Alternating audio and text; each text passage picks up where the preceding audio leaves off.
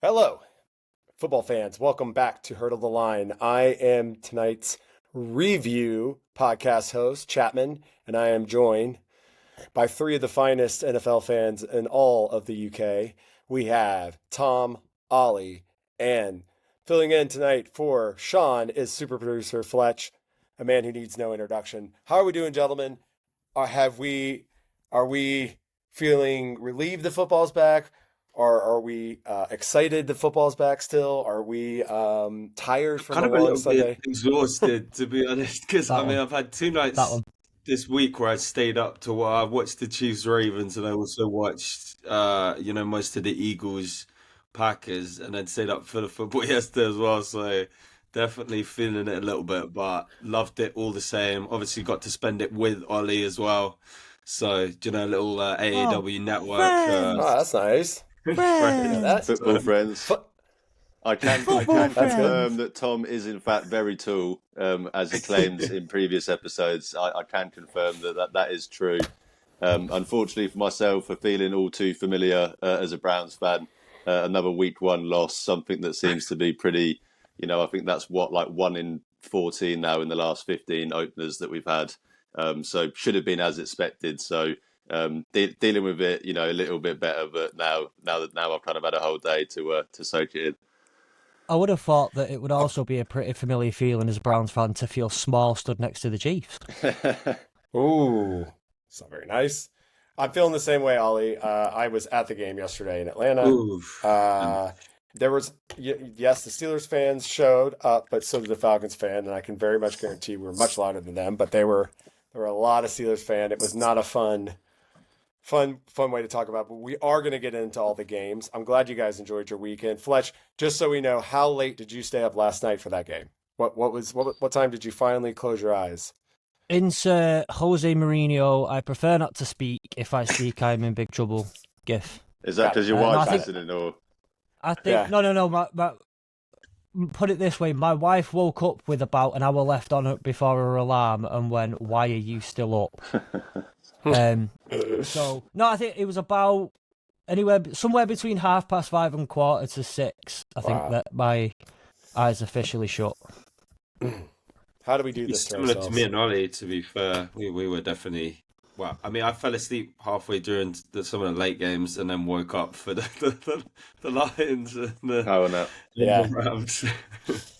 Yeah, I'll tell you about my adventure towards the end of the pod of yesterday about being the game. But as we always do, we break the huddle with a couple of news. Now, as we move into being a review podcast, some of the news will be crossed over with game reviews. So there may be some things we don't hit that would normally be a news topic that won't be. But obviously, right before kickoff yesterday, a huge piece of news came through, and it was that Dak Prescott and the Dallas Cowboys signed a new 4-year deal that would pay him up to $240 million for that year, with 231 guaranteed. I was not surprised, but it was right up to the last minute. Do you guys have any reactions to that? It's the first 60 million a year quarterback. We spoke about it in previous episodes. Who was going to be the first guy to hit 60. It is Dak. He owns the crown now. Finally, thankfully, he's overtaken Deshaun Watson as the most guaranteed money in NFL history. So I suppose as a Browns fan, we get to lose that tag. But no, yeah, obviously a lot of money. We'll see this year if he can prove, and go further than he has in the last few years and prove that he's worth it. It's just interesting, again, Dallas choosing, and specifically Jerry Jones choosing to wait on this contract, and how much more, I wonder if it cost him, but if he doesn't care, he seems to not care. But I don't, I really did think Dak would play out the year and go somewhere else after this year. But when $60 million is looking at you a year, I guess I agree it's with hard you, to say. Chapman. I definitely thought that as well initially, and till the deal got done, I definitely thought he was going to play out his year, especially some of the things he was coming out and saying in the media, being like, little hints towards the Cowboys that he's not going to be there. But then, I don't know, money talks, doesn't it? So, I mean, we've mentioned this before on a couple of other podcasts. If you're going to play out, well, if you play out 1 year, then that means the Cowboys are likely going in for a quarterback next year. You'd want to see them get a damn good final year out of Dak, so they're probably not picking particularly low. What quarterback are you getting in the draft next year? Who's going to be available on the market next year? It might be a down year. So, I mean, we've looked at a couple of teams now potentially not going into next year's market for a quarterback who may need one. So I did. You're just kind of securing that whole, at least. Well, now you've got 2 years. I did laugh a little bit when it got signed, though.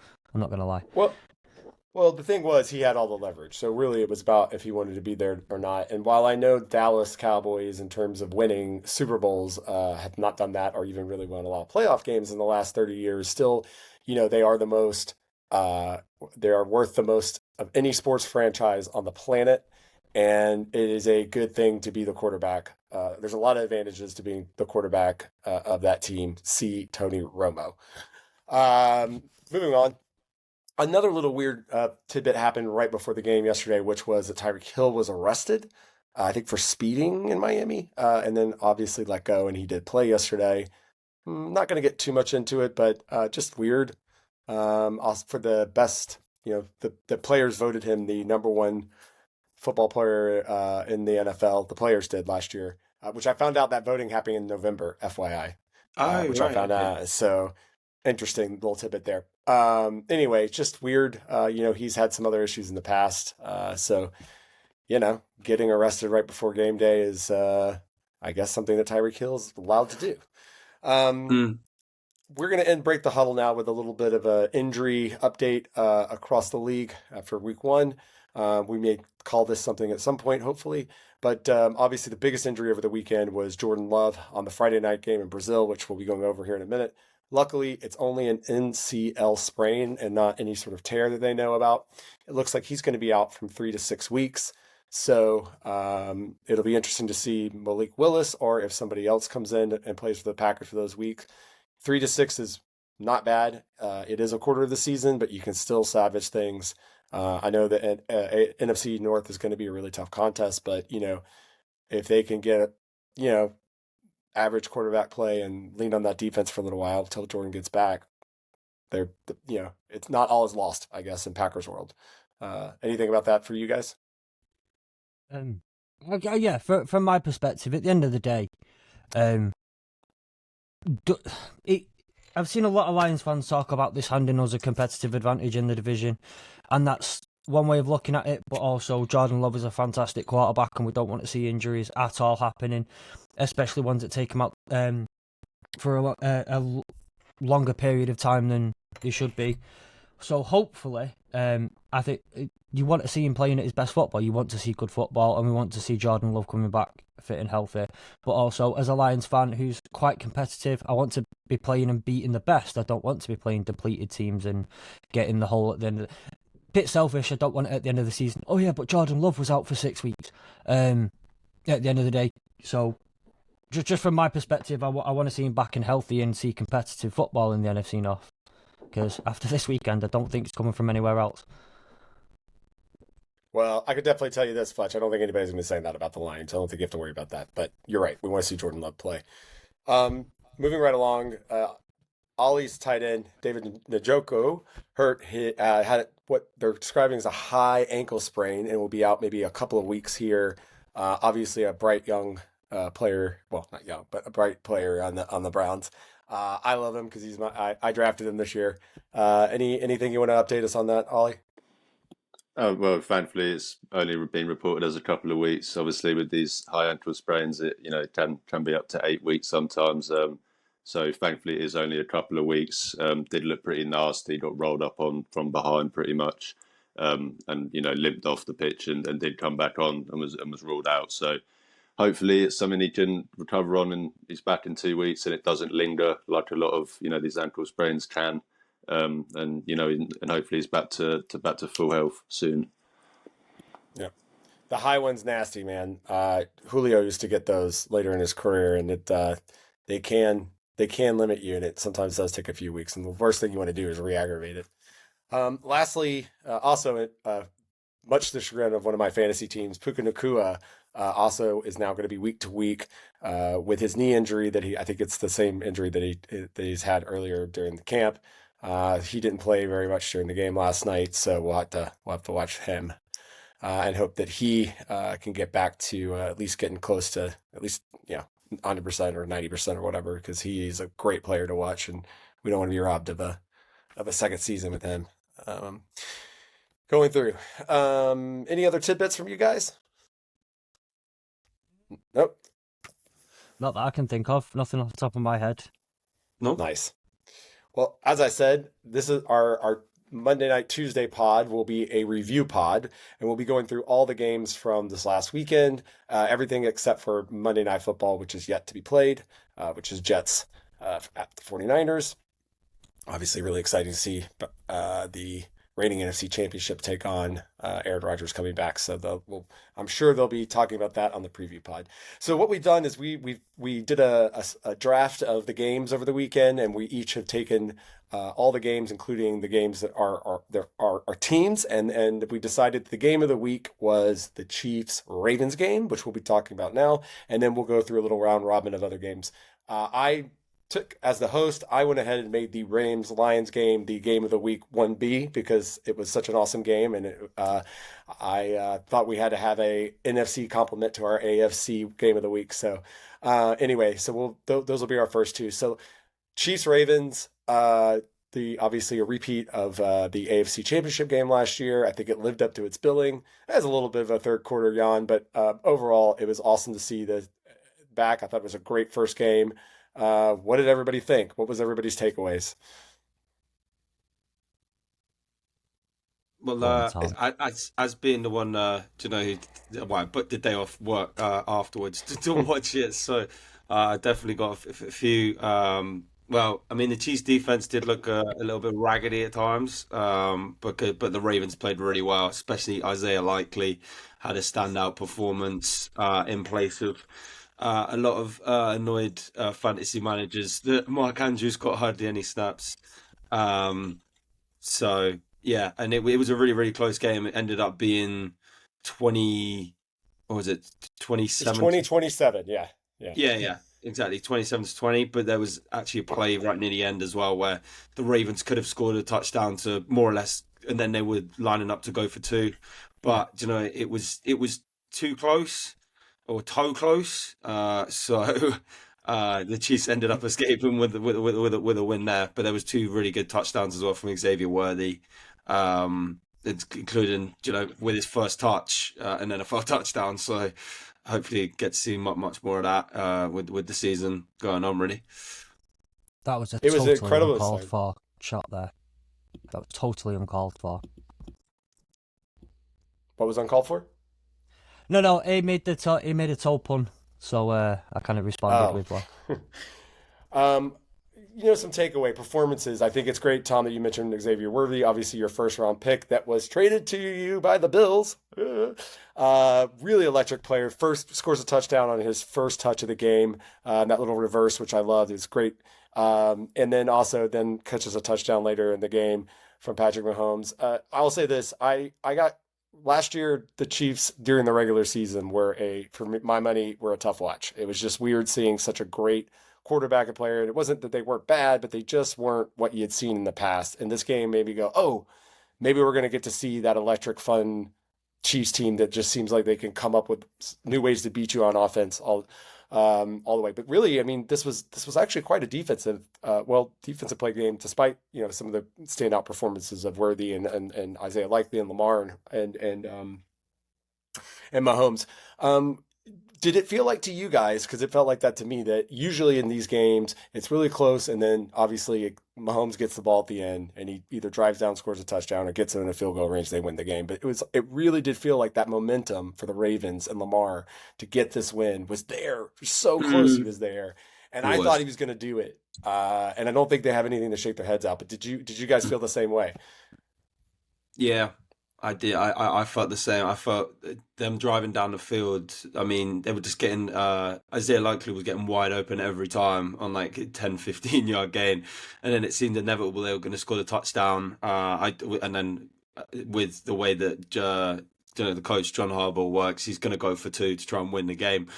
So yeah, I definitely did feel nervy at that time because there was a point in the game where the Chiefs led by 10, and I thought that they'd done enough to win. But then, as you said, the customary Mahomes go down the field, to either score a touchdown or kick a field goal. But then they actually had to punt, and it could have been worse than that because Mahomes had caught his own pass, which could have easily been an interception. But that was a crazy play from him.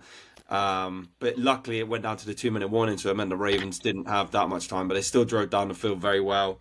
And I was definitely scared at that point. It was really hard watching Lamar Jackson have to continually improvise and get nailed and go, 5 or 8 yards because his line just seems like it was not up to the It task was of not blocking clicking. the No. Chiefs. And on top of, you bring Derrick Henry in to sort of maybe shoulder some of that load for him.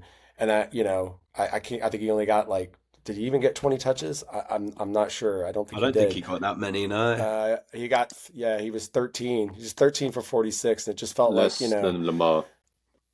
Yeah, Mhm. Lamar had 17 carries for 111 yards 122 or something yards. on the ground. Yeah, on the Yeah. ground, which is And still threw insane. for 270. So I mean, Lamar, it was not taking anything away from the Chiefs who won or Mahomes, but it was Lamar to me, man. He put that team on his back, and it just everything he tried to do everything, and he just He wasn't did also enough. fumble as well, which was costly for them. Yeah, Um, yeah. I think But, as well, you know, though, it- Lamar Jackson had 16 rush attempts and Derrick Henry only had 13. I mean, it's Yeah, not yeah. a great. One thing we expected was that maybe it does help to have Derrick Henry open up some of that run game for Lamar Jackson, but if your quarterback's running more than Derrick Henry, maybe something there needs to be figured out because Yeah. Derrick Henry should be the one who you're pounding the rock with, and Lamar Jackson's then there to be explosive if needs Yeah. be. But it's Yeah. we spoke about it during our free agency segment during the off season when they acquired him, and I brought up the fact that is it really the best fit bringing in Derrick Henry into a Baltimore offense that runs pretty much predominantly out of the shotgun, something that Derrick Henry didn't do in Tennessee, and I just didn't think it would be that big of a fit. Obviously, it's only one game, but as shown in that game, it kind of proved to be right a little bit. Obviously, they got 16 more games to figure it out with Derrick Henry. But week one showing wasn't the best showing, and as you said, Chapman, it just felt like they were relying on Lamar to put the team on his back. And when you're doing that in week one, it just doesn't seem like a sustainable recipe for winning long term, especially if they get to the postseason.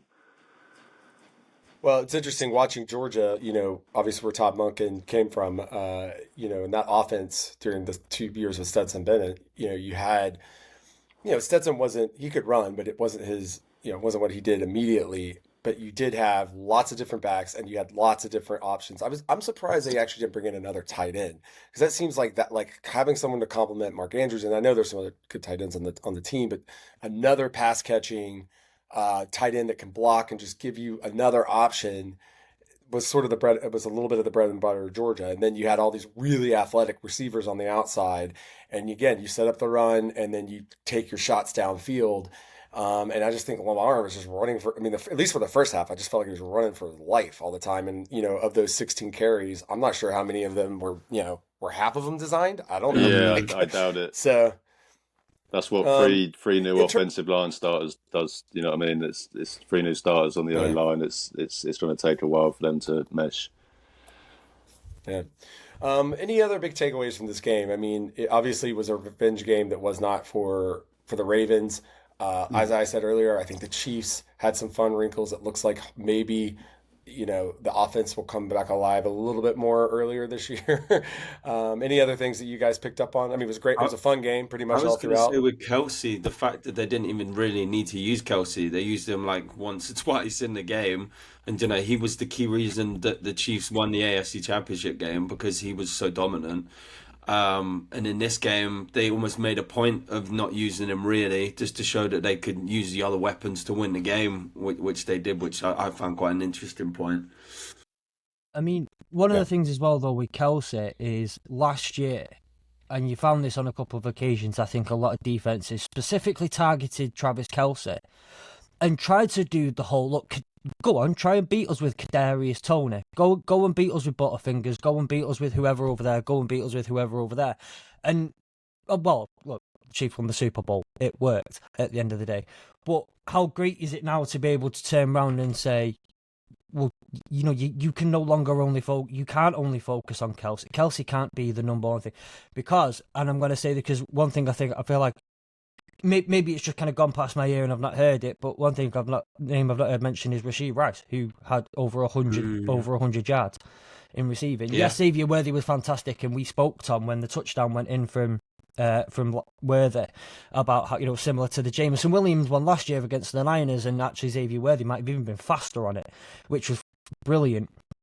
But Rashee Rice not getting much love here for triple-digit receiving yards as well. 113 receiving yards did he have? But like a lot of that was created as well in part by, the coverage that they had against Kelsey. They're just not letting him get, and then he was catching all of these slants and all these underneath throws, but he was getting so many yards from it. Like it was he was very efficient, and he did have a really good night, to be fair, definitely. So. Yeah, this is one of them where you've probably got Mahomes now and Andy Reid saying, go on, take Kelsey out the game. Do it. There we go. Well, the cool thing about this game too, not even, it's obviously, again, it's a rematch, but at least I know not everybody on this pod loves fantasy, but there was some great fantasy production from younger players. It was a lot of fun things. There was high scoring in terms of fantasy. So, and it just made it a good watch. It was entertaining. We got to see two MVP quality quarterbacks go at each other, and I thought it was a great way to start the season. We're going to move right along to what I'm calling our game of the week 1B, which is the Rams at the Detroit Lions. This game was played last Sunday night. As we know, Fletch stayed up super late. The final score was 20-26. A great game. I loved it.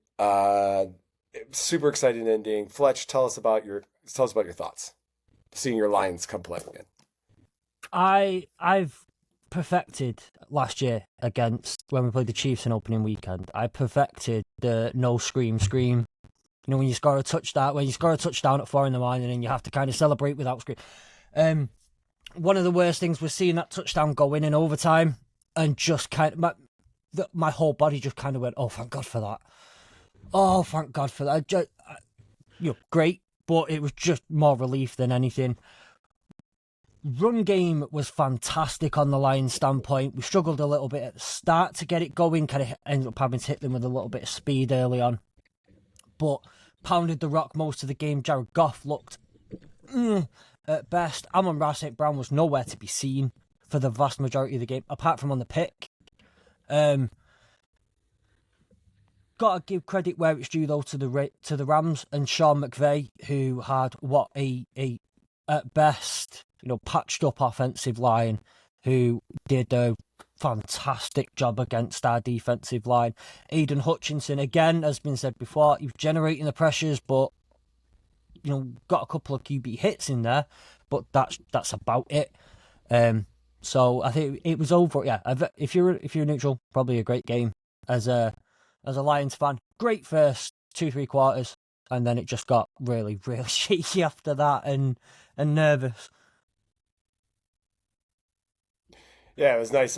Just for some numbers, Stafford was 34 for 49, 317, a touchdown and a pick. And then you had Jared Goff, 18 for 28, 217, a touchdown and a pick. As you said, the run game was really great for, even though the numbers weren't gaudy, watching it, you felt like if the Lions needed to get 5-8 yards, they could. And Montgomery had 17 for 91 yards, and Gibbs had 11 for 40, but also Gibbs had another 34 receiving.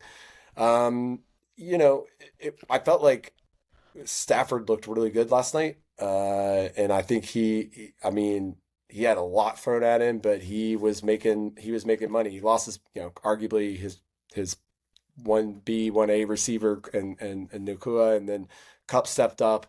And it just was a fun game. And like you said, Fletch, I think you had to score that touchdown. You had to score that touchdown in overtime to win the game. Because I think they were going to go down and score too. So I get your sense of release. Tom, Ollie, did you guys get to watch this in real time, or did you watch highlights this morning? No, we watched some of it, to be fair, didn't we? I caught the And first yeah, I was half, going to say, fell yeah. asleep for the second Sorry, go half. ahead. Seen the touchdown highlights and the the overtime touchdown and stuff like that. Um, Agree with you, Chapman. Obviously, Matt Stafford seemed to play pretty well, and obviously with you, Fletch. From what I saw, probably outplayed Goff in this game. But obviously, the Lions, Oh yeah. with all their weapons, in the end, were able to pull through and win it in overtime. I And mean, there was a pick it's from one of Kobe them as well. Joseph as well, wasn't there, Fletch?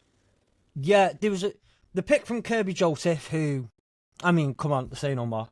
There was a pick that should have been from Brian Branch as well. I think saw he that had one. nearly in two hands, and there was another should have been pick from I want to say it was Amit Robinson, and it hits his chin and kind of bounces through his hands as well. So there were a couple of opportunities for picks further in, but just I guess this is why they ended up playing cornerback, not wide receiver. He had a good game though, did Amik Robertson, from what I saw did. anyway, from coming over from the Raiders as a free agent, right? Yeah, I mean, well, he ended the game. The stat line for him isn't the greatest. It was one tackle, which was an assist, and two. But he was good in coverage, and I can't complain with him in the coverage. One thing I will say as well, when I'm looking at again, you get the stat line up here as well. I want to kind of highlight.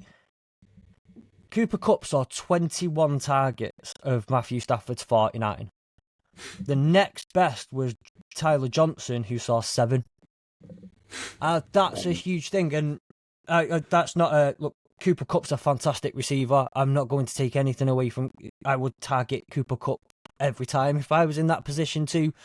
And one thing that the Lions suffered from last year was finding a receiver who was winning matchups and then just get it. They were targeting it all game.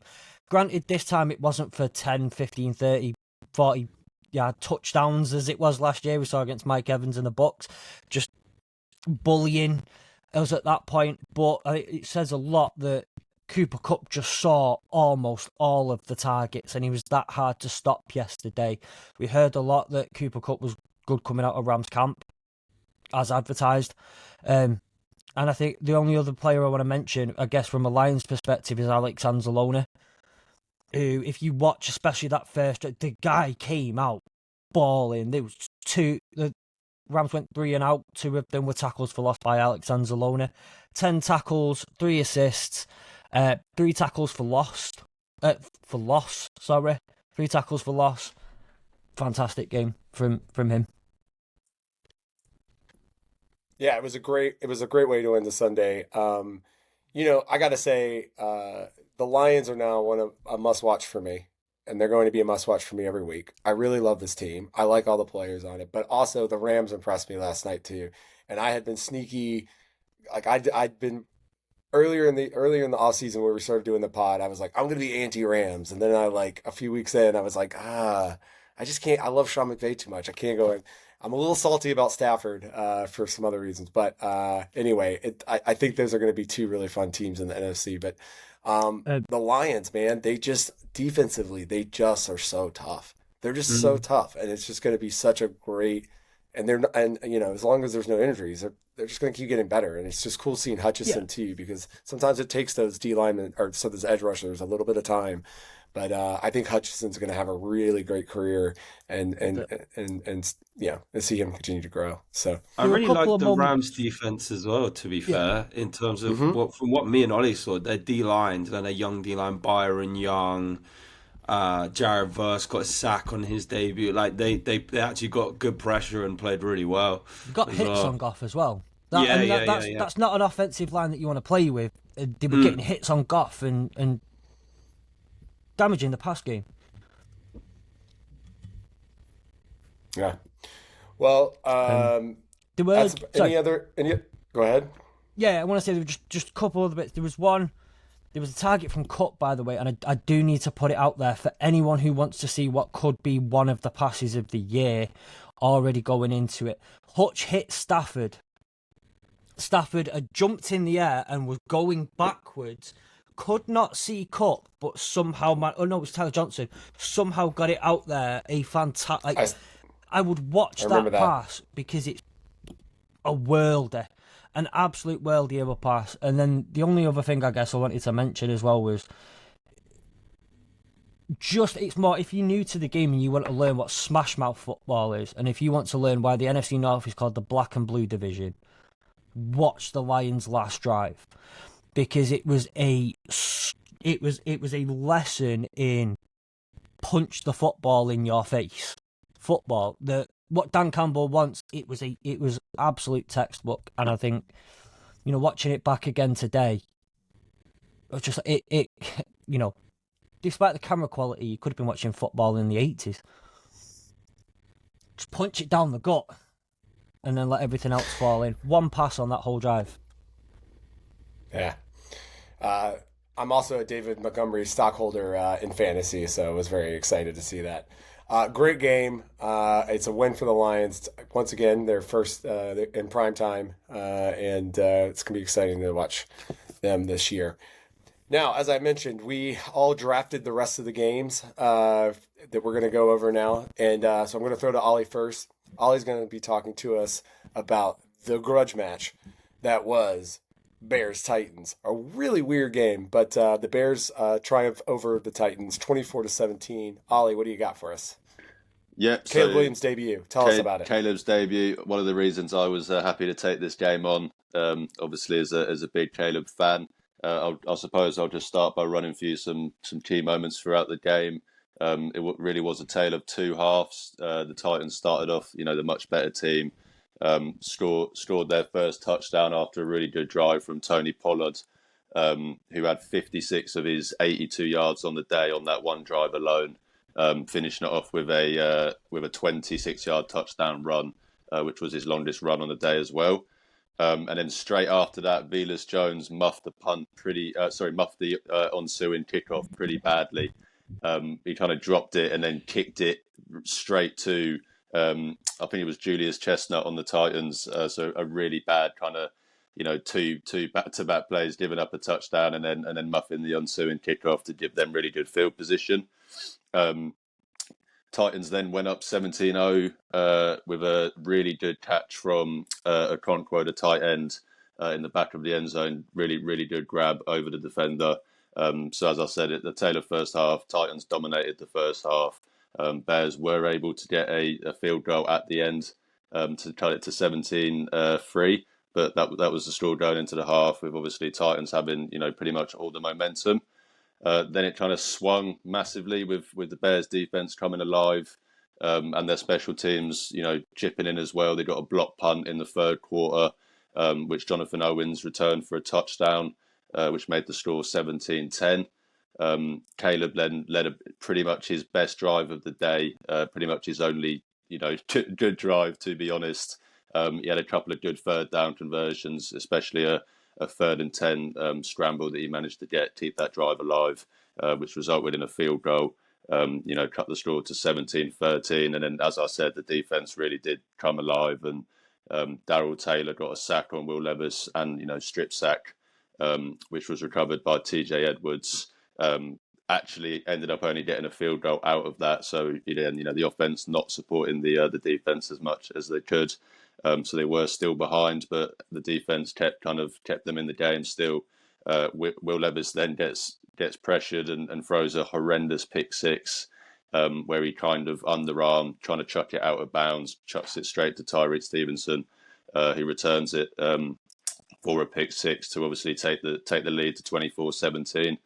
And then they were able to basically close the game out. I think the Titans had two attempts to. 2 drives after that to go and try and tie the game or win the game, and the defense was able to hold on. Not the best start for Caleb in terms of statistically. I think he was 14 for 29 on the day, 93 passing yards, 0 touchdowns, 0 rushing touchdowns, so no touchdowns on the day. He did have a 2-point conversion completion, so that is something at least. At least he did see the ball go into the end zone, whether it was a 2-point conversion or not. He got to see that in his debut at least. And then obviously Will Levis on the other side, not much better really. 19 for 32 for 127 yards, 1 touchdown and 2 picks. And, one of them, as I mentioned, being a pick six, which, in the end cost them the game. So yeah, it was quite a funny game, a bit of a weird one. As I mentioned, Titans kind of looked like they, got out to a really good start and were going to run away with it. But then, the Bears defense, special teams kind of really helped the offense and put them in position to go on and win the game. And I'd say the kind of biggest key to victory for the Bears in that game was their defense and special teams. As much as we all would have wished that Caleb went out and threw for 300 yards and looked amazing as the number one pick, that's not quite how it went. But in doing the win, he did become the first number one overall pick quarterback to win their debut since 2002. And according to the broadcast, only the fourth in the modern draft era, which sounds pretty crazy to me.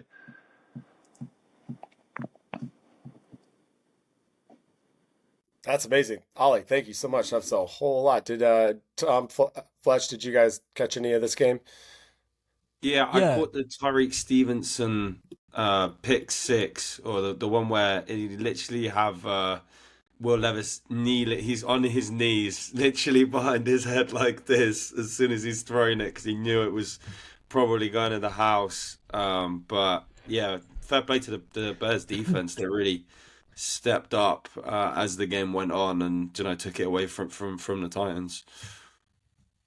yeah. I said not that long ago that if Caleb Williams played for any other team, I'd want him to succeed and hope he does succeed and look to him to succeed.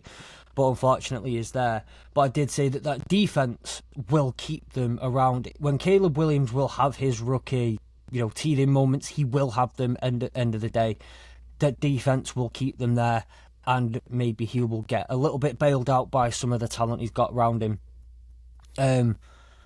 That defense was pretty damn glad to say warmed into the game, and the only thing, like I said, the big takeaway I wanted to take away from it was the same as Tom. The pick six was just that shot from behind Will Levis as it gets picked off and he realizes what's happened. The decision was awful at the best. The kind of decision to flick it out like that was just a bad decision anyway. And it was. I laughed. I can't lie. It did get a fair bit of it come through on red zone, but unsurprisingly, not a lot of this game came through on red zone as it was happening. So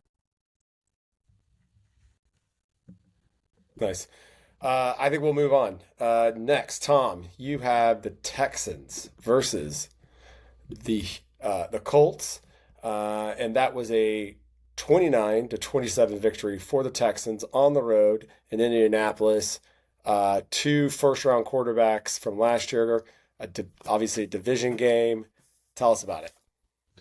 Yeah, well, I mean, it kind of lived up to the hype. It was a really good game, to be fair. You had two 50-yard plus touchdowns from Anthony Richardson on only 9 completions. He went from 9 for 19, and yet 2 of those were 50-yard touchdowns. So that was pretty insane. Yeah, so we had a 60-yard touchdown to Alec Pierce, which me and Ollie watched, and that was insane.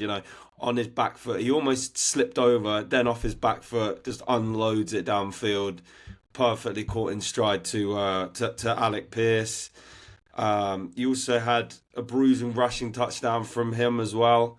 So it was kind of like the Texans. Well, to start off, the Colts were in the ascendancy. Then the Texans came more into it, and then they ultimately took over. And despite the late touchdown from the Colts, the Texans came out on top. But I wanted to highlight the old faces and new places. He had Joe Mixon go in and score a touchdown, and he had 30 carries for 159 yards. He had a really good day. And then Stephon Diggs, even though he only had, I think, 33 yards or so, he still had 2 touchdowns as well. So those two guys made a big impact. There was an absolute beauty, 57-yard throw from Stroud to Nico Collins, who caught it in between two defenders, just going up and mossing it over them. He had a monster day, actually. I think he had 117 receiving yards, but some of those were beautiful. He had another one later in the game, with more or less with the game on the line, 3rd and 11. CJ Stroud throws it to him on the sideline. He makes a miraculous catch to make it a first down, and then Joe Mixon runs and then seals the game. There was also a block punt and recovery from the Colts as well, with Jonathan Taylor scoring a rushing touchdown. And overall, it was just a really, really good game. And then just one final thing, there was a pick for rookie Kalen Bullock of the Texans from Anthony Richardson to him. So fair play to the rookie making a big play there. But overall, just a really, really, really, really good game.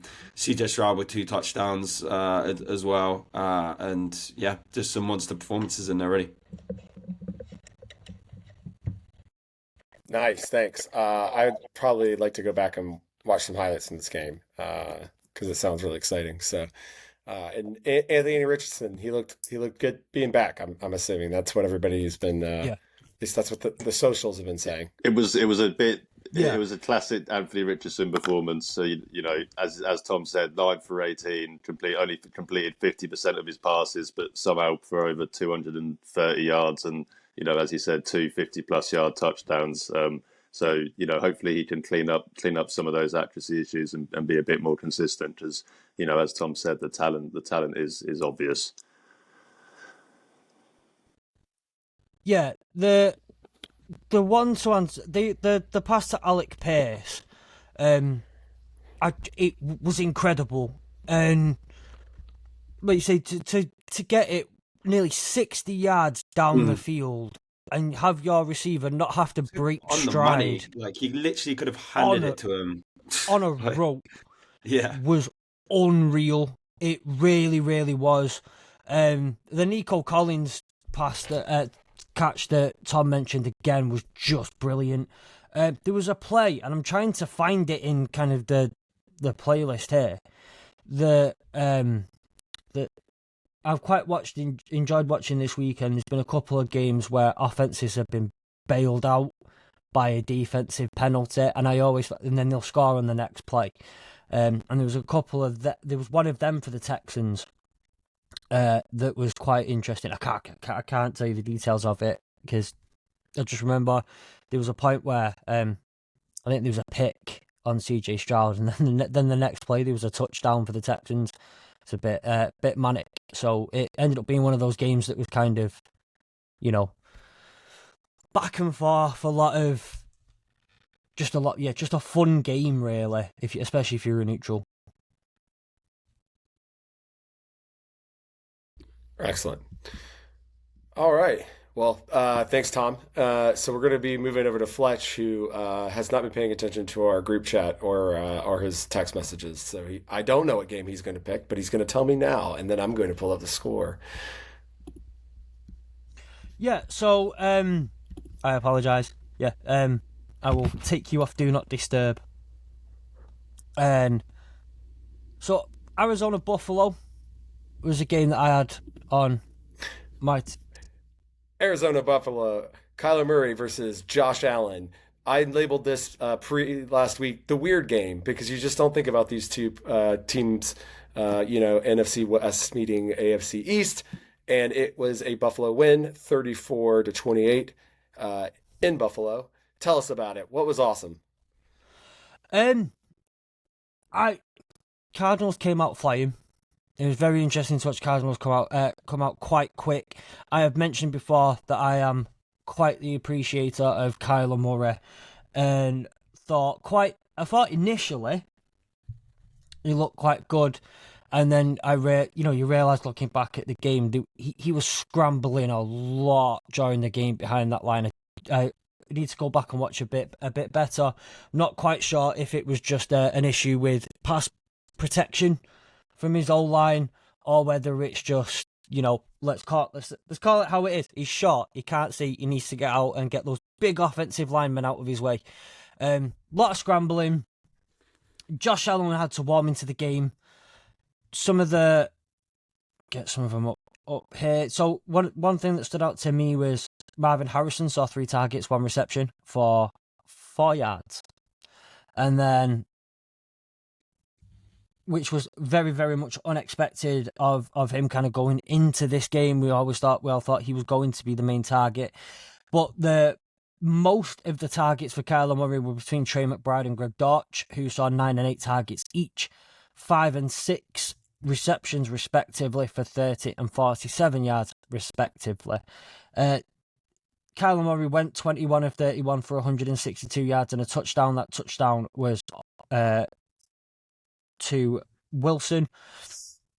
Sorry. The Josh Allen, though, I mean, what more? As much needs to be said that's been said about him already. 18 of 23, 232 yards, 2 touchdowns, 2 touchdowns on the ground as well, which I thought he took the first half wasn't at his best, but second half came into his own, and standout performance as well by Bernard on the defense. 10 combined 11 tackles, 10 solo.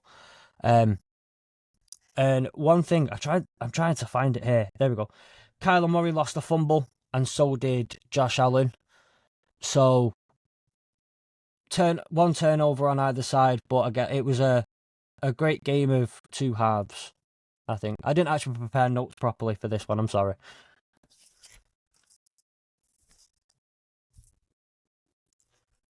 Sorry about that. You don't have to apologize, Fletch. We know you're stepping in for Sean. Sean had something he had to emergency tonight, so he was unable to come in and do his game. So thank you, Fletch. That was awesome. I didn't see any of this one, but I have Josh Allen on another fantasy team. I'm just going to keep mentioning all my fantasy players as we keep going. It sounded like a fun game. It was. I mean, I had Red Zone on one screen, and this was for the first, I'd say, to about halfway through the third quarter, maybe to the end of the third quarter. I had it on. I try and get one game in focus that I have some sort of interest in. If it's not the Lions in Red Zone, this was the game that was on my TV for quite a while. But as is always the case with Red Zone, and if you have ADHD, Red Zone was where kind of my head was looking at, because that was the shiny thing that kept changing and piquing my interest. So, but it was a fun game from having it on second screen. You're right about Fletcher. You're right about it in terms of it being a tale of 2 halves, because I think that the Cardinals led 17-3 at one point, and then the Bills came all the way back and then took the lead and then never relinquished it really. So they managed to turn it around. Defense just a fixed really up. Game. Yeah.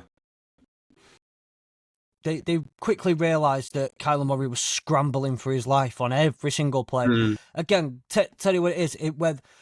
Whether it was bad O-line protection or, again, like I said, he's short, O-lineman at all. You need them out the way if you want to see what's going on. Could have been a bit of both, but they managed to get at him a bit better and force some incompletions and not really let him have a lot of fun. Yeah. And like I say, Marvin Harrison got nothing all game. Yeah, literally. Well, it'll be interesting to see how he goes. I think we've gotten kind of spoiled with rookie wide receivers as the last few years, because traditionally they don't all just come into the league and just burn it up. But I'm sure there's going to be plenty of time for Marvin Harrison to get his. I don't think there's a question there. So, all right, thanks so much, Fletch. And then my first game, I'm going to be going over the first Friday night NFL game of opening season in history, and the first game ever in South America, in Brazil, which was the Green Bay Packers against the Philadelphia Eagles. It was a final score of 29-34, with the Eagles taking that one. The biggest news in this one, the biggest players' news, as we mentioned earlier, is that Jordan Love was injured late in the fourth quarter, trying to drive the Packers back down to win the game. And if you Google it or look at it on Twitter, you can see his knee sort of pops. And I think immediately I was watching it live and immediately thought, oh, that's Jordan Love for the season. That sucks. But luckily, again, it's only what they're calling a sprained MCL, and he should be back within possibly as soon as 3 weeks or as long as 6. So we'll see. This game, it's funny because I was just looking up some articles before we got on, and just having watched most of it live, it was just a sloppy game. Had some really great performances. Obviously, by Saquon's, I'm going to remember his Saquon game because he famously left the Giants to go to the Eagles within division, and we don't. I think if anyone's a football fan, you sort of know what that means. And he scored 2 on the ground, and he caught another touchdown, 3 touchdowns. And that is the most touchdowns by an Eagles player since Terrell Owens, all the way back in that Super Bowl season. So pretty crazy.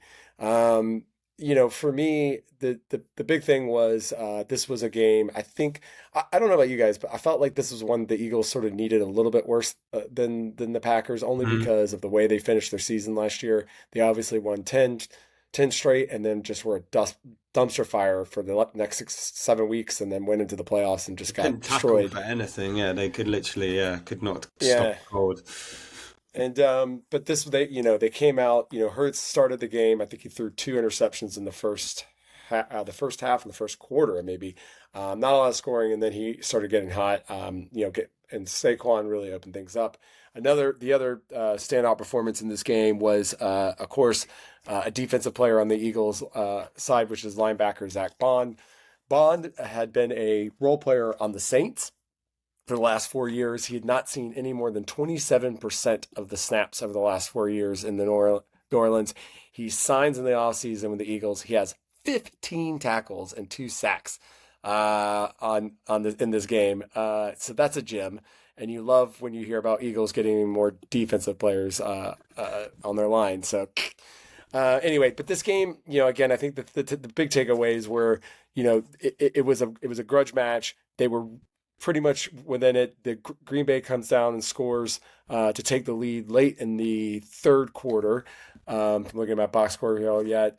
Then you have the Eagles coming back, scoring field goals, and then basically stopping Jordan Love on that last drive, and then scoring a field goal to sort of salt the game away in the end. Malik Willis came in. He did not even throw a pass when he replaced Jordan Love. I think they just ran the ball because it was so devastating. It was in that last meeting. Did you guys stay up to watch this game at all, or were you? Or did you? I did. I did, yeah. I was going to say, not forgot to play, but, for the Packers, Jaden Reed had an absolute monster night. I think he had 2 touchdowns. He was a fantasy god for people. I had him in, I had the tail of 2 138 yards receiving. Exactly, yeah, and he had 1 touchdown on the ground and 1 touchdown through the air. One of which I definitely thought he was going to fall over because of the condition of the playing surface. But I had him in 1 fantasy league. I played him, which was great, and then in the other fantasy league I had him and I sat him, and then DK Metcalf had proceeded to have 7 points and he had 31. So that really helped me out. But yeah, he was absolutely electric for them. He was the number 1 target for Jordan Love, obviously, before he got injured. And it's crazy that Jordan Love got injured on the second to last play of the game as well. Like it's just sod's law, really. So yeah, but a really, really good game, like back and forth, and yeah. Yeah, Ollie, what'd you think? Did you have any thoughts? Oh yeah, I didn't stay up for the game. I just watched the highlights the next day, and kind of agree with both your sentiments, and kind of went back to what you said about it meaning more for the Eagles, Chapman. I think this game was really crucial for them to come out and show that that they kind of readied the ship from last year. And I'm sure I've seen some Eagles fans on Twitter, they weren't too happy about how they got the win, but at least at the end of the day they did get the win in the end. So 1-0 going forward is what they needed. Yeah, and I don't think there was any guarantee that even though Jordan was driving, it's you never know. So, but and they had to go for it because it was obviously a 4-point game at that point. So, it's a bummer. But it's like we said earlier, it's good that the Packers can expect Jordan Love back this season, and it's not completely devastating. It'll be interesting. I mean, again, it was just a sloppy, weird game. I was texting you guys. I'm not sure the Brazil experiment has been that successful. I'm sure the NFL will say it has been, but I don't know. We'll see. And you know, I'm not. It's not anything against Brazil, but it just felt like it was like kind of like, huh. But obviously, huge country, and you know, you want more fans. You got to go to the big countries. So we'll see. Um, anyway, we're gonna move right along. Now we're gonna go right back to Ollie. Ollie, I believe your next game is gonna be the Bengals Patriots, and this was one of the surprises of the week. This one is also the one that I think probably crushed. It's every year Survivor Leagues there's always that one game that just crushes everybody the first week, and this definitely was it. The Patriots, who were I don't know what kind of line what was the line on this game? Did anybody know? But they win 16-10 in Cincinnati. There was a lot of Jamar Chase ends up, after doing a stand in out, whatever, and it seems that he was supposed to be sick, did end up playing, did not make a difference. T. Higgins was out on this game, and ultimately, I just think the lack of offensive continuity over the summer is going to hurt them for a little bit in their infamous Osiris. So tell us about the game, Ollie. Yep. So as you obviously mentioned, it was a low-scoring game. Not neither offense was really able to get much going for the majority of this game. The key kind of moments and scoring drives that did happen. The first play of the second quarter, Ramondre Stevenson capped off a 14-play drive with a 3-yard touchdown run. And then, not long after that, on the next drive from the Bengals, they went all the way down the field. But Kyle Douglas saved a pretty much guaranteed touchdown when he punched out the ball on the 2-yard line from Tanner Hudson. So big swing there, defense stepping up, and they were able to then take the ball down the field and get a field goal and go up 10-0, which, as the score was coming through, me and Tom were quite surprised to see that one, as I'm sure most people were. And obviously, as a Browns fan, was happy to see the score at that point. But the Bengals did then slightly get into the game a bit more, but had a bit more of another mishap with a muffed punt, and it was actually the long snapper, Joe Cardona, who forced the fumble on the punt return, which was recovered by Jalen Hawkins, and they were able to get a field goal again and go up 13. And then, as I said, Bengals responded and got a touchdown from Zach Moss, obviously the former Colts running back. So at that point, you're thinking, yeah, here we go. The Bengals are going to, come back into this game and go on and win it. But as I said, the Patriots defense played really well. Were able to pretty much stall the Bengals offense, and on the other side of it, Jacoby Brissett was able to take a few drives down the field and pick up a few more field goals, and obviously ended up, finishing the game 16-10. So just a really well played performance out of the Patriots defense. Yes, there was some sloppiness on the Bengals side. Joe Burrow didn't particularly play well.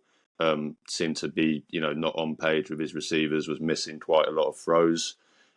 As you mentioned, Chapman, with the Jamar Chase holdout situation, didn't seem to have too much of effect as he played 84% of the snaps on the offensive side of the ball. So, so much for being limited, like a lot of people thought he would be. And as you said, it didn't seem to help him too much. Pardon me. And they were pretty much outplayed in this game. Jacoby Brissett played, pretty well. The numbers weren't eye-popping. 15 for 24, 121 yards, 0 passing touchdowns. But as I mentioned, he was able to keep a lot of drives alive. He had 7 carries for 32 yards, which I think 4 of those resulted in a first down. So, as I said, was able to keep drives alive. Jamar Chase on the other end, 21 for 29, but, pretty short stuff. So only 164 yards, 0 touchdowns for him on the day. He was sacked 3 times, 2.5 sacks for the Patriots' second-round pick last year, Keon White. So a big day for him. He was their best player probably on the defensive side of the ball. And I think a big kind of thing that I took away from this game was the Patriots O-line that I was worried about. A lot of people were worried about, and was kind of the reason we didn't want to see Drake May start so early. Actually looked okay. They held up pretty well. And were actually the better unit on the day. They were much better than the Bengals' offensive line was, which is just a continuation of obviously the woes that the Bengals have had on that line the last few years. So yeah, key to victory for the Patriots was just their defense, special teams. They had a really good run game today. The Bengals were pretty poor against the run, which might be evident with DJ Reader, losing him in the offseason. That was a big loss, and they weren't able to fill that. And in the end of the day, they got not the best statistically, but they got clean quarterback play from Jacoby Brissett, and that was enough for them to win the game.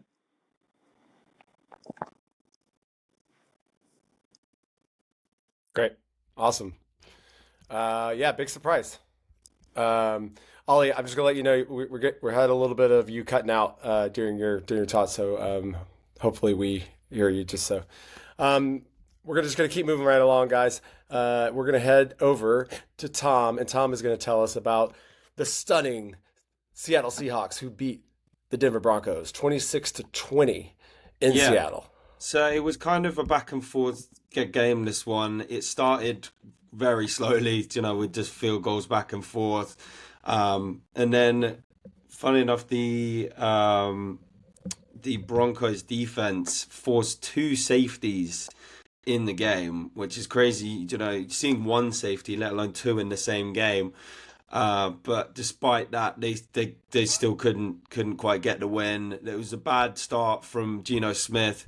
He threw an early pick, but then Bo Nix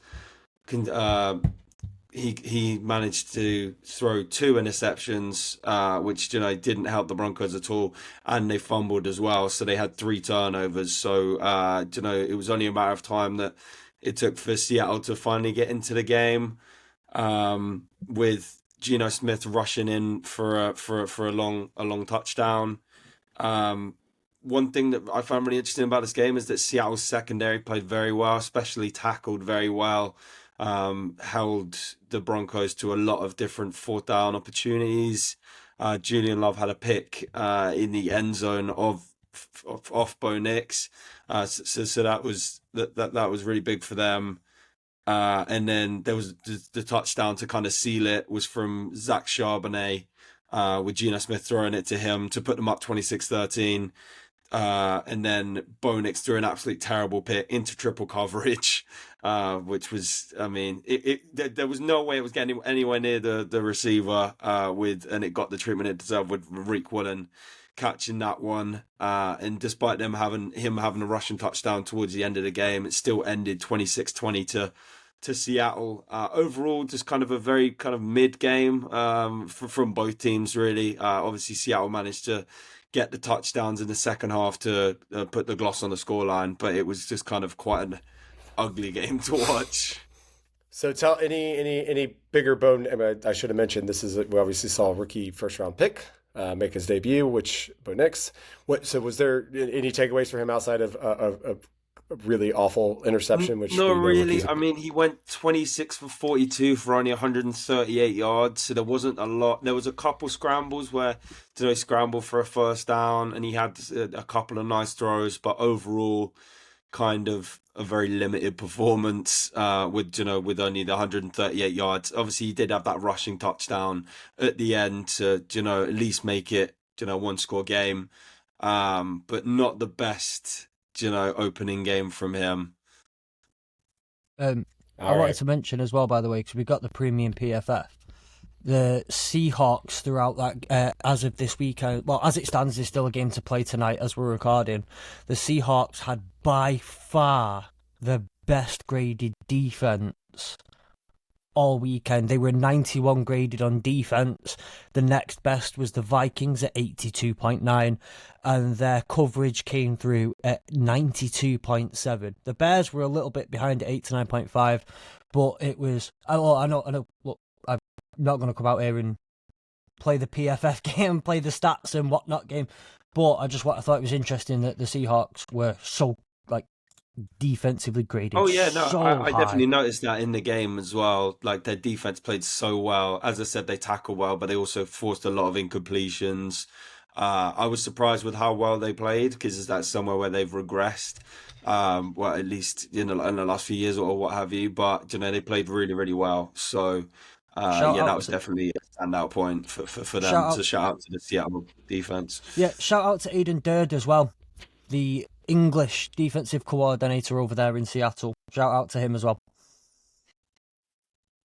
Well, it'll be interesting to see how that defense goes over the year. Obviously, with hiring their new head coach, Michael McDaniel, who was the architect of the Ravens defense, which was the best defense last year in the NFL in the regular season. So it will be interesting to see how he shapes them. We're going to move right along. Fletch, you're going to be talking to us about another rookie quarterback debut, which was the number 2 overall pick, Jayden Daniels for the Washington Commanders, who fell to the Tampa Bay Buccaneers in Tampa Bay, 20-37. Tell us about the rookie's debut. Yeah, so it was a game that I was actually quite interested in just because we've got the Bucs next week, the Lions, as we start our tour of our postseason opponents as we have our tour of postseason opponents. I thought it was a really good debut from Jayden Daniels overall. Just a couple of stats: 17 completions off 24 attempts for 184 yards, a rating of 93.1. That's not too shabby. No touchdowns are in the air. However, he did have 16 rush attempts for 88 yards and 2 touchdowns on the ground, including his longest rush was 17 yards. I thought it was I didn't watch too keenly as it was happening. I have had to go back about half an hour before we started and go and watch the highlights and go through some of the box score, etc. But it was an interesting game. I felt like they put Jayden Daniels in a position where he wasn't making a lot of big decisions or crazy decisions. A lot of the passes he made were checkdowns. Brian Robinson, his touchdown, he had what should have been a touchdown, but it was called back because I think he went out at like the 2-yard line, which then Jayden Daniels rushed into the end zone for an on the ground touchdown. Amazing effort by him. It was like 32 yards, but actually just fell short of the end zone. I thought the game mostly came down to, and this is going to sound really silly to say, especially given that I've only watched some of the stuff that came through on Red Zone and the highlights, so I've only really watched highlights. A lot of what came down to it was things like just little things in the game that you could tell the Commanders are a bit of a new franchise at the moment, new head coach, knew this, knew that. It was just things like, look, things the Buccaneers did better, they were breaking tackles. They were, Baker Mayfield is a veteran quarterback who was put in the position to make bigger decisions against the defense that only he could, in comparison to, say, Jayden Daniels. Some of the passes, Mike Evans' touchdowns were fantastic. Again, because he was in coverage against what's his name?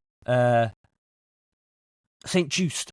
The first one particularly, he was smothered by St. Just, and just, when you have someone like that, it gives you the benefit of being able to make the slightly more dangerous throws, throw into a bit more coverage, something Jayden Daniels don't think had the opportunity to fully do. 2 missed field goals did not help for the Washington Commanders at all, but, if you want to argue certain things, you can say that's only 6 points and they lost by 17, so maybe it wouldn't have made all that much of a difference, though I like to think you never truly know. So, yeah, a lot to build on, a lot of positives for the Commanders. I don't think they looked overly bad. I just think the Bucs in most phases were just a bit better. And that's just kind of the way the cookie crumbles sometimes. Obviously, the Bucs will not look that good next week. Thank you, Flash. Sounds like an exciting game. I mean, I wish that the Commanders, for my own sake, would have won. Just really quickly, I want to give you guys a quick injury update. It looks like Puka Nacua might be going on injured reserve for the minimum of 4 weeks due to PCL. That's not confirmed, but Adam Schefter will be saying that Sean McVay said that Puka will be an injured reserve candidate, so he could be out 4 weeks. Which is disappointing. Okay, moving on to my next game and my last game, actually, which was a game I attended, which was the Pittsburgh Steelers at the Atlanta Falcons. If you had told me earlier yesterday morning that the Falcons would hold a team to 18 points, I would say I would 90%, and no touchdowns, I would 90% say, oh, I think they're going to win. But that was not the case. Kirk Cousins' debut as a Falcon was less than stellar. And while the defense on the Falcons side looked average, which is good for them, and they, for the most part, kept Justin Fields, who was a late start for the Pittsburgh Steelers, in check with no touchdowns and only about $150 in terms of yards in the air. He still did enough to get them 6 field goals, and the Falcons didn't do anything on offense except for one Kyle Pitts touchdown, which now at least we don't have to hear about the Kyle Pitts fantasy haters for a week. But Kirk Cousins was 16 for 26, 155 yards, 1 touchdown, and 2 terrible picks, and a lot of just throwing the ball into the ground because TJ Watt made his life absolutely miserable yesterday. McGrady, who is our right guard, our right tackle, couldn't do anything with this dude. There was actually almost zero play action, which is what Cousins is pretty comfortable with and usually works against the Steelers defense. It was a bad game. It was funny, but we were in it to the end. I had a great time up until obviously we lost, and I thought, eventually they're going to put it together and we're going to get a touchdown and we'll win this game. But it just never came to be. I think the Falcons Zach Robinson coming over from the Los Angeles Rams, who's our new offensive coordinator. It's the first time he's called a game as an NFL coach, and I think he's got a lot to work on, including Cousins.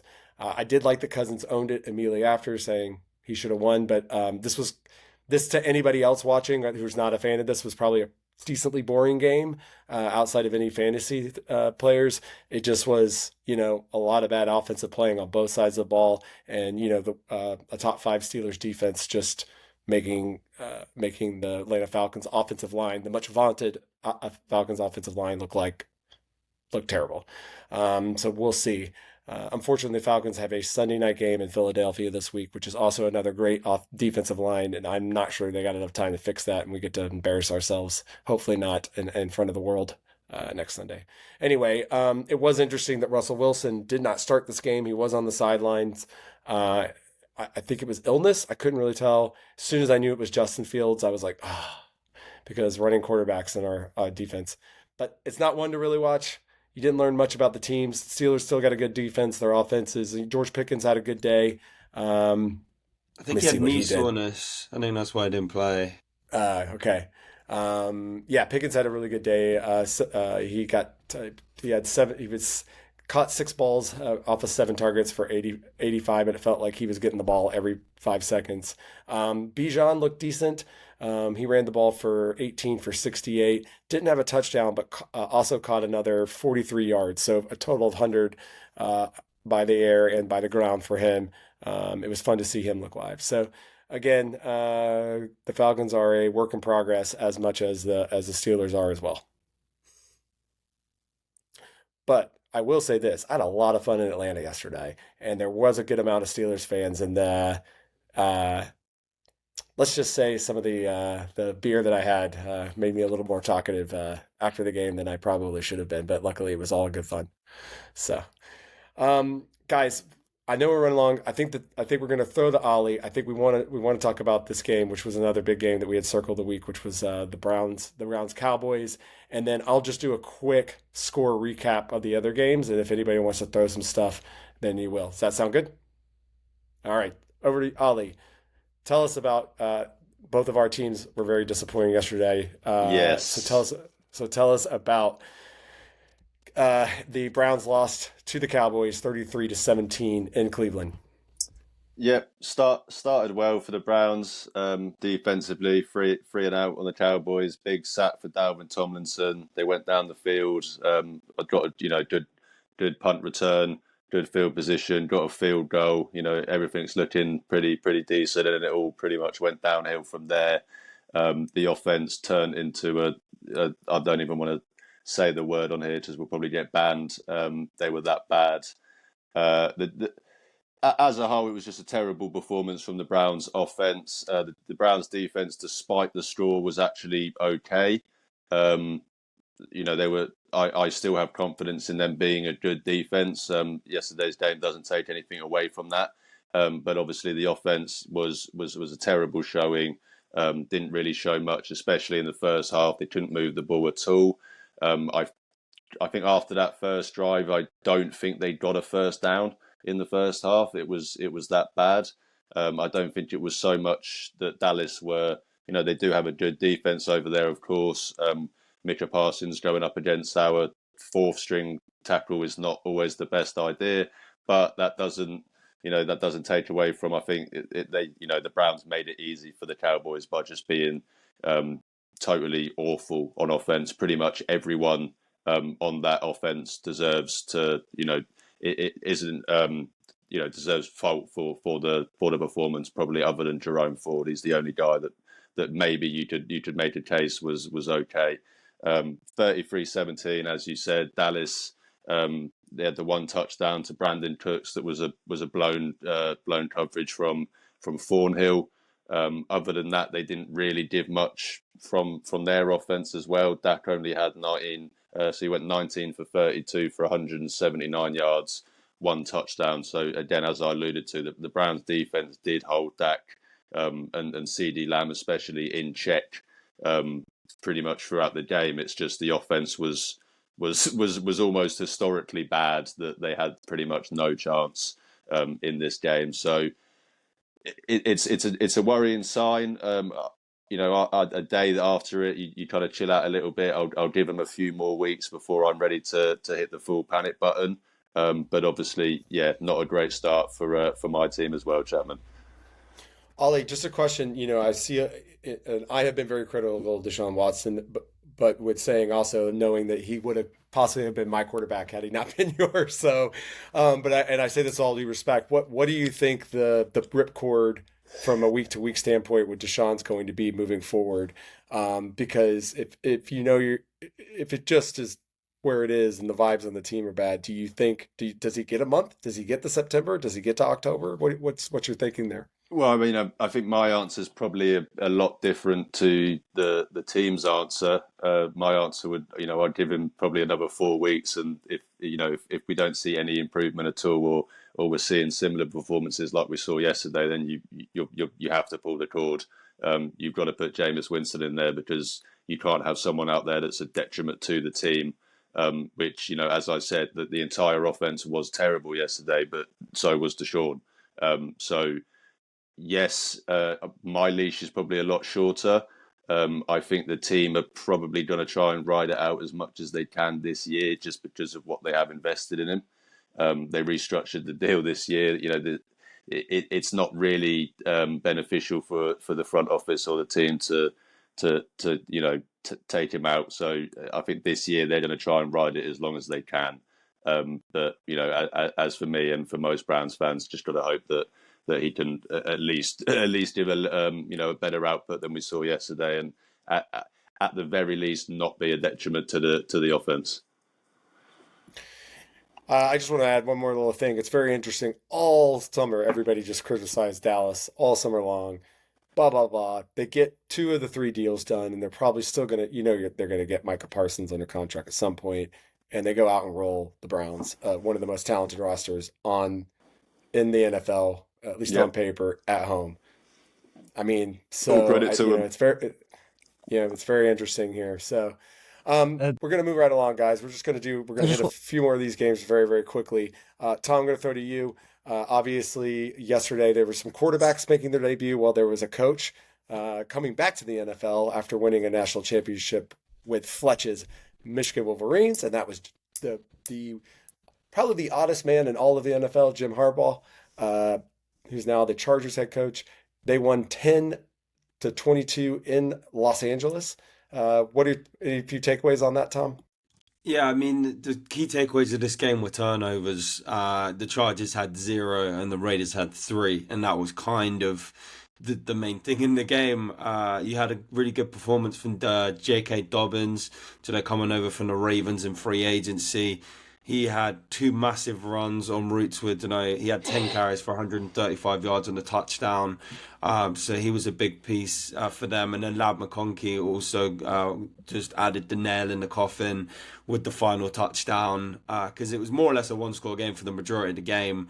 But then the Chargers just pulled away in the end. That being said, Justin Herbert, quiet day for him, 144 yards and a touchdown off of It's 17 for 26, yeah, for 144 and a touchdown. And his longest pass was 27 yards. Like it's kind of that was, it was Jim Harbaugh football. And then Gardner Minshew, he had a touchdown, but he also had a pick, and he also fumbled as well, and so did Zamir White. So that was basically the tail of the game. Alexander Mattison scored a touchdown for the Raiders, and J.K. Dobbins played well for the Chargers, but overall a pretty forgettable game, really. Well, thanks, Tom. Moving right along, one that I would have circled on the paper, but not didn't get too much love from our crowd, which was the Jags at the Dolphins. The Florida divisional matchup. The Dolphins beat the Jags 17-20 in Miami. Tua threw for 338 and a touchdown. Tyreek Hill, even after getting arrested, was 12. Had 12 targets, 7 catches, 130 yards, a touchdown, one of which was an 80-yarder. Nothing too much to mention in terms of Trevor Lawrence's performance, which was 12 for 21, 162 in the air, and a touchdown. Travis Etienne didn't do very much. Bigsby on the Jag side ran for 73 yards. Kind of a bleh game on two teams that should have more exciting offenses. The most exciting thing with this game was Tyreek's celebration after he scored that 80-yard touchdown. Putting his hands behind his back to kind of mock getting arrested earlier in the day. Which that was probably the most entertaining thing in this game. But also Brian Thomas Jr., the rookie, he scored a touchdown as well, and he looked good in the little playing time he got. Because he got 4 targets, 4 receptions, 47 yards, and a touchdown. Not a bad game from him either. But yeah, not the best of games. I have a feeling we're going to be talking more about these teams as the season goes on. Do you have something, Fletch? Well, actually, yeah, I'll go on one thing. The one discrepancy I noticed where I think, games like this will get won or lost. I mean, the Jags started to, they were ahead by, 10 points going into the third quarter. But it was a close game. I don't think either team particularly was a standout performer. You weren't, you didn't fit. So when a game was going to be won or lost, particularly when the Jags were 10 points up, you just kind of thought something big's got to have to happen to get this game for the Dolphins to win it. An 80-yard touchdown, I mean, that's kind of big, I guess. So that'll do it for you. But where I think some of the game was won or lost, and where I think the Dolphins were just a better team than the Jags, were things like third down conversions. The Dolphins were 8 of 16, the Jags were 2 of 10. When you've got players like Tyreek Hill, who at the end of the day, you look at all sorts of sports, close games, who do you look to? You look to someone who is a difference maker, someone who's a playmaker, someone who has the ability to flip, just flip a switch. And there's a reason he's number one in the he's voted number one in the NFL, because Tyreek Hill is that exact kind of player, as a wide receiver. So yeah, just really quick, it just boils down to, I guess, maybe a bit more efficiency on third down from the Dolphins, and having someone like Tyreek Hill who can flip a game on its head in one play. Yep. And Tua now leads the league in passing yards. So, to be fair, even though it was a low-scoring game per se, it was there was still some action on that Miami side. Now we're going to give a shout-out to Mrs. Fletch, whose New Orleans Saints beat the living tar out of the Carolina Panthers in New Orleans, 10-47. Derek Carr has a 19-20 for 23, 200 yards, 3 touchdowns. Kamara gets 15 for 83 and a touch. Bryce Young, 13 for 30, 160, 2 interceptions. This game probably not even worth talking about at all. But the Saints come in and now are tied with Tampa Bay for the lead in the division after 1 week. You got to be patting yourself on the back for scoring almost 50 points in your opening game. So congrats to Mrs. Fletch. Much love to her always. That's the most monotone you've been all night, delivering that whole thing. True. That's not true. The last game, which is also one I don't think we really need to get too much into, but it's the Vikings beat the Giants Daniel Jones was atrocious 28 to as yeah, 6. so bad. Yeah. I think he's I thrown know more Dan. pick sixes than touchdowns since he signed his contract now. So That They is still true. count as touchdowns, though, technically. they are They're technically for still other teams, but they are touchdowns. touchdowns. So they are still touchdowns. And can we let's not talk about that game because the uniforms were just absolutely Oh, it was grotesque to look so at as hard well. to watch. Every So time bad. it came on the screen on Red Zone, it was just, yeah, it made you feel Literally sick. every time me and Ollie were For just what, like, if you were talking about, what the is Giants are this? celebrating Oh my their God. 100-year anniversary, and they wore special. I'll let, yeah, we are But an audio format, so it just didn't match with the Vikings colours either. It was a horrible look It was disgusting. to watch. it was So, the Darnold-sance, which I know a lot of the hipster NFL people have been talking about. Just to go over it, Sam Darnold was 19 for 24, 208 yards, 2 touchdowns, 1 interception. And as we mentioned earlier, Daniel Jones only threw for 22 for 42, 186 yards and 2 interceptions. Malik Neighbors making his NFL debut, caught 5 for 66. Kind of the only bright spot here on the Giants' offensive side. Justin Jefferson caught a touchdown and had 59 yards off 4 receptions. Kind of a quiet day for him. Yeah, not much to discuss in this one. Aaron Jones And as well, though, as well. He had a good game. Coming over from the Packers to playing with the Vikings, 14 yes, carries, 94 yards and a touchdown as well. So that was good. yeah, there you go. I'm just going to let you guys know, not NFL related, but James Earl Jones, the classic actor who played none other than Darth Vader's voice in Star Wars movies, and also in a great sports movie, Field of Dreams. If you've ever watched it, has passed away at the age of 93. We are not like breaking celebrity news, but there was some sports connection there with Field of Dreams. But a great actor, a great American actor. So we wish him and his family and friends all the best. James L. Jones has narrated the hype. It has narrated the hype video at Michigan every year for the last few years. There we So go. I saw him quite a bit this weekend. He's got one of those iconic voices, hasn't he? Though He has not one of just those, as yes. Darth Truly Vader, but iconic just in voice. general. So Yeah. he does a lot of he's been great in sports documentaries and all sorts. Just yeah. I mean, we all grew Yeah. up with him in some way, shape, or form. James L. Jones. I mean, he was So Darth Vader, the greatest villain in all of cinema history. So I think, Yeah. yeah. But that's good to know. See, I knew Fletch would be good for some sort of sports angle there with James Earl Jones. Uh, rest in peace at 93 years old. Guys, that was all the games today. We obviously this is our first review week, so we're getting out the kinks and stuff, and hopefully we'll have Sean back next week. But we're really grateful, Fletch, for you bringing your knowledge. As you can tell, I wasn't able to watch as many games because I was at the games on Sunday, so my analysis isn't quite as in depth as my two colleagues, Tom and Ollie. But we're going to be doing this every Monday, so we're not going to have it. So the preview team will obviously cover the Monday night game. But before we get out of here, we always end the show with a question, and what I'm going to ask you guys, I'm going to have two really quick, one off the top of your head and one hopefully. But we always call week one overreaction week. What is the overreaction this week to any team? Can be your own or another, or any player, news story, or whatever that you think is just, it's just overreaction. I'm going to start with you guys really quick just to give you a little leaf.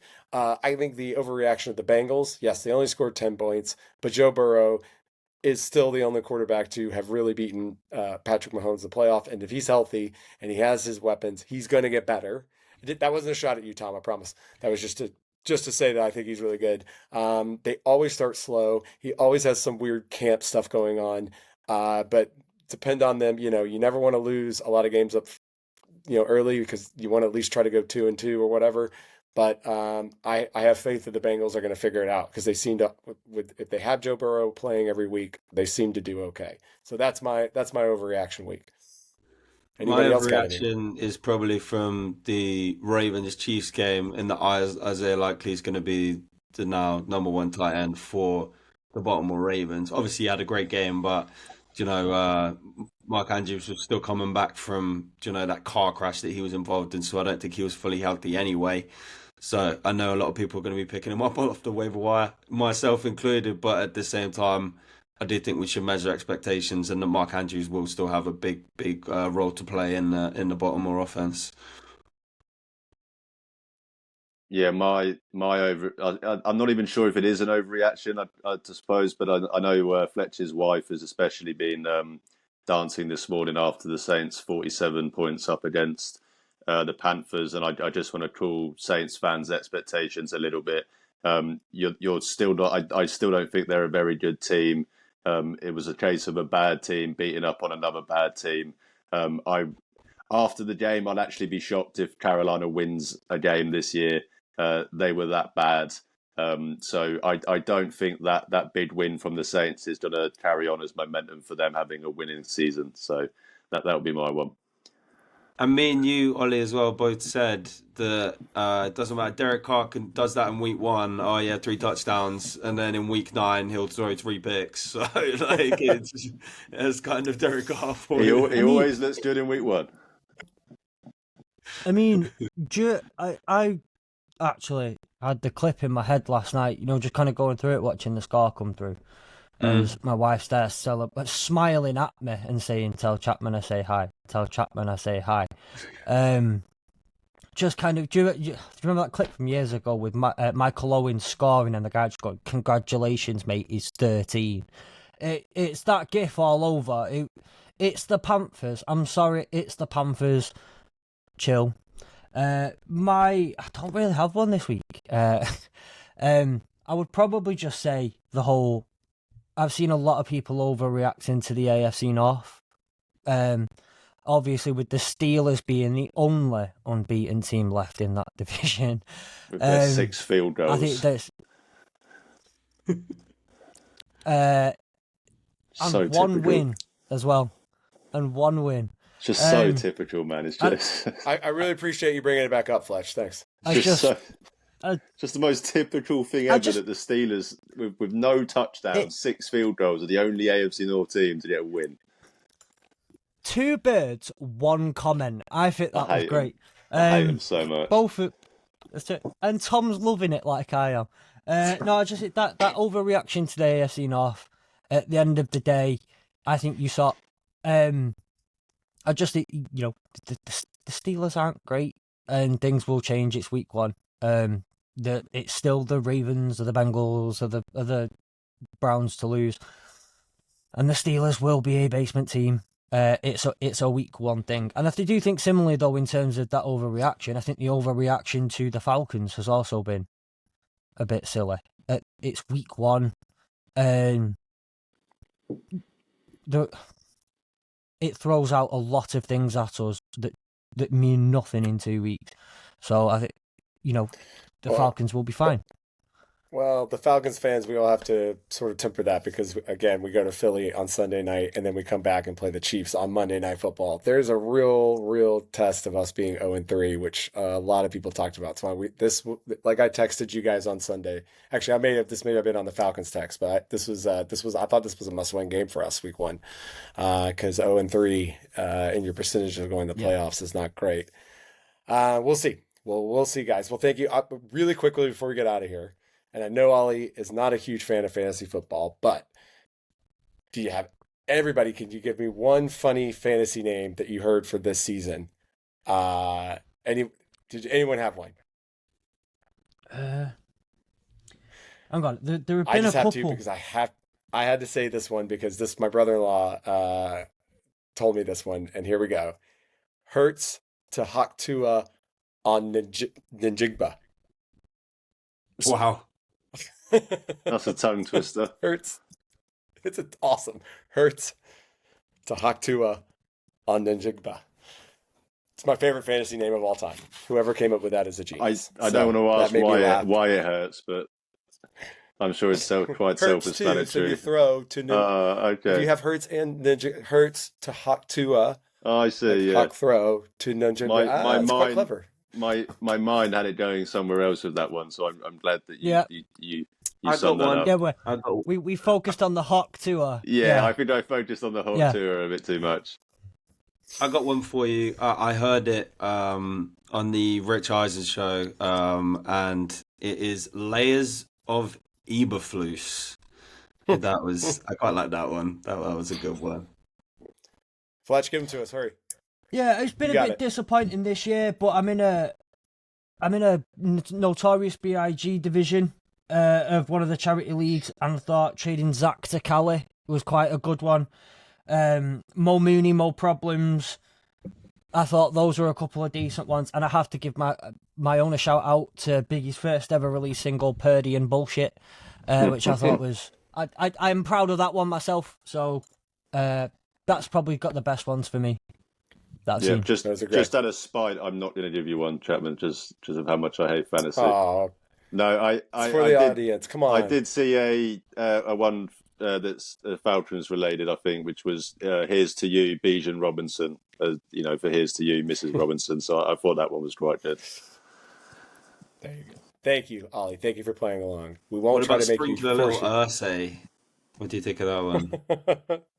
Now they're just going to start flowing, guys. Yeah. Congrats. We made it through our first ever preview show, review show. On Thursday, our colleagues, the other gents of Heart of the Line will be doing the week 2 preview and also covering the Monday night game that's going to be happening tonight. Thank you so much. Please continue to like, subscribe, and tell your friends. We want to continue to grow this audience. We want to hear from you too, so please tweet at us.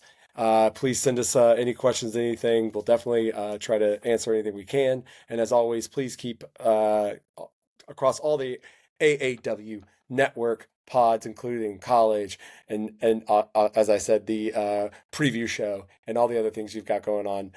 Super Fletch, Tom, Ollie, Fletch, it's been a pleasure.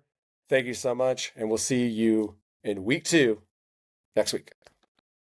Go Hurdle that weekend. Monday.